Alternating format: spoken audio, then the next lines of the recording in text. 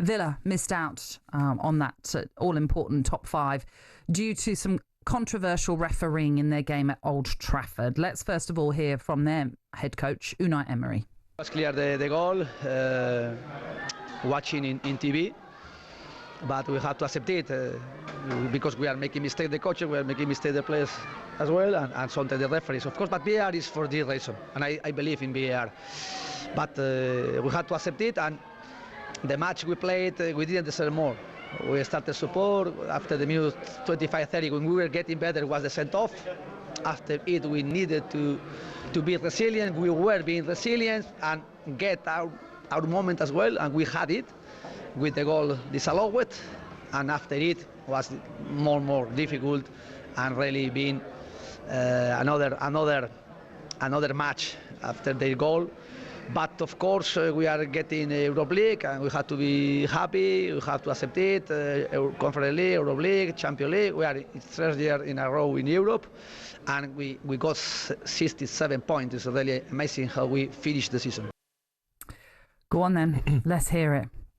I think I love the way that he's kept his composure there, because a manager can't say what he wants to say. You know, people at the club can't say what they want to say because they will get fined, they will get him. He could miss out on games next season if he said the truth. Players that are playing can't say on their social media. Everyone's got to sort of bite their tongue a little bit, but I can say. I think the decision was an absolute disgrace. The worst one out of a lot of bad decisions we've seen this season. Why do we tell our assistant referees to keep their flags down when players go through? Wait, if they score, it's offside. So why don't we do that for decisions like yesterday? It was quite obvious from everyone watching that it was not sure if the keeper had the ball in both of his hands. So why not wait? Why are you blowing your whistle? Wait. And if Roger scores, you know you can go by VAR. It was in the keeper's hands, no goal. So you have cost Aston Villa not just 100 million. You have cost them players that might have wanted to come to Aston Villa for Champions League football.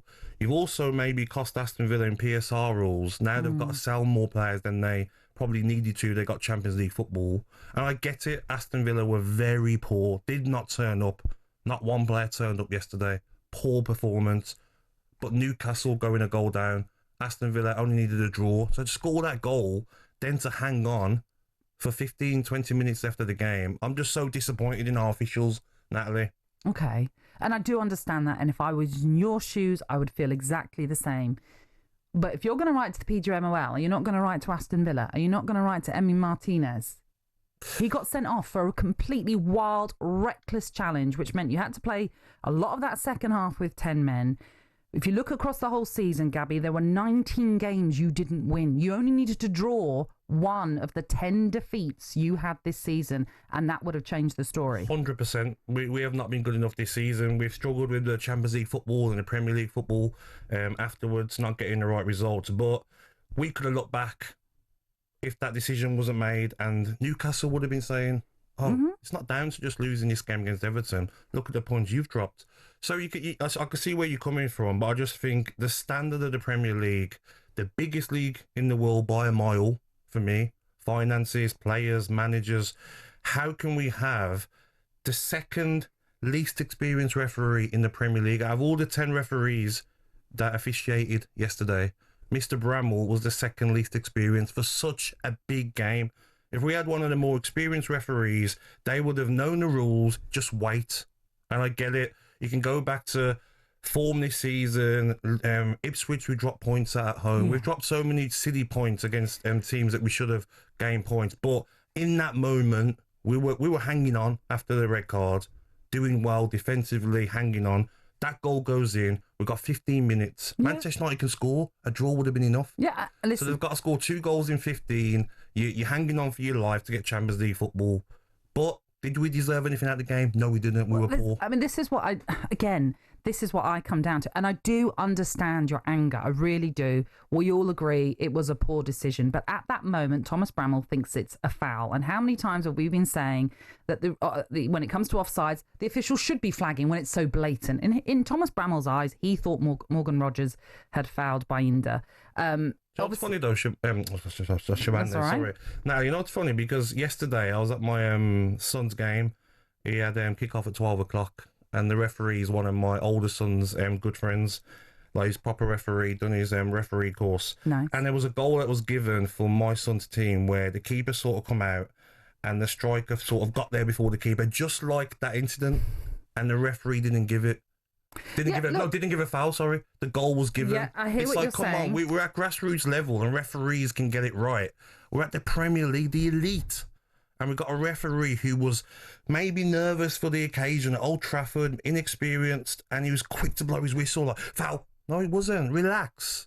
You might be right. Maybe the occasion got to him. Yes. We don't know. We don't. But according to Unai Emery, he's acknowledged that he made a mistake in that game to deny that opportunity for Aston Villa. But what I don't agree with, Gabby, is the statement that Villa put out where they have said they're going to come right to the PGMOL, as you were doing as well, yes. where they have said that disallowed goal was a major contributing factor to the club not qualifying for the Champions League. It's not a major contributing factor because, as I say, over the course of this season, there were other games where you could have won, you could have drawn, which would have changed the picture of that table too.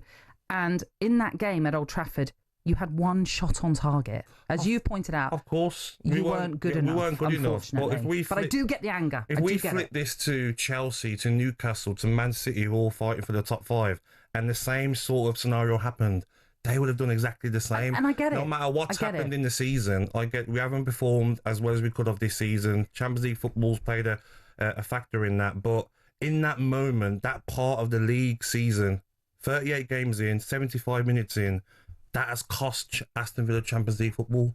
It really has for me. Well, you can't say that because we don't know the course of the game had that goal have gone in. Of course. But I know what you're saying. Great chance of getting Champions League football. Yeah. Yeah, it's especially with Newcastle losing. I totally understand the anger. I totally understand why you're wanting to write the PGMOL and maybe wanting answers. But it's not just that though, Natalie. It's all season.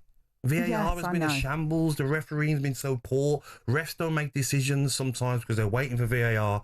And all of a sudden, in yesterday's game, the referee decided to blow his whistle quickly. Just relax. You've been told. Just wait. Ball goes in.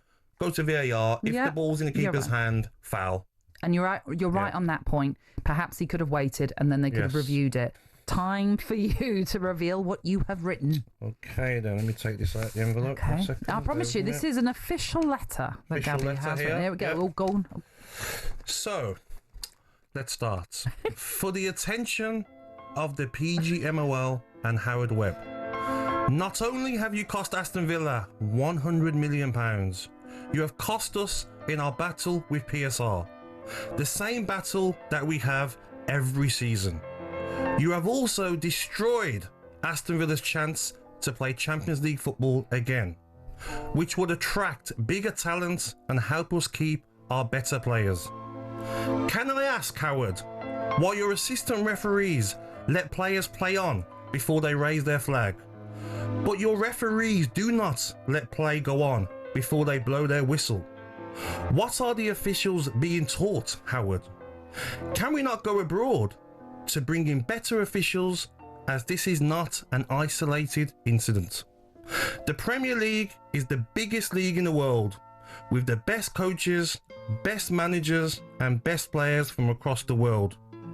So my question to you, Howard, is why do we not have the best officials from across the world and instead continue to only use those from the UK? For crying out loud, Howard, please use ex-players for VAR decisions next season. Finally, do not, I repeat, do not reply with a pathetic apology. Yours sincerely, Gabby Agbonlahor. Thank you. Put that in my envelope. Thank you. I must say, getting emotional a bit. It's a very good worded letter. Strong. Thank you. What do you hope to achieve? If it's not an apology, what do you hope to achieve by this? So I want to achieve better officiating next season. Okay. Can all the officials over the summer learn from this mistake so it doesn't happen again, so it doesn't cost a team next season? Do you think then, and look, we're all guilty of it. Yeah. I'm not saying I'm immune to it, but do you think hammering officials actually helps?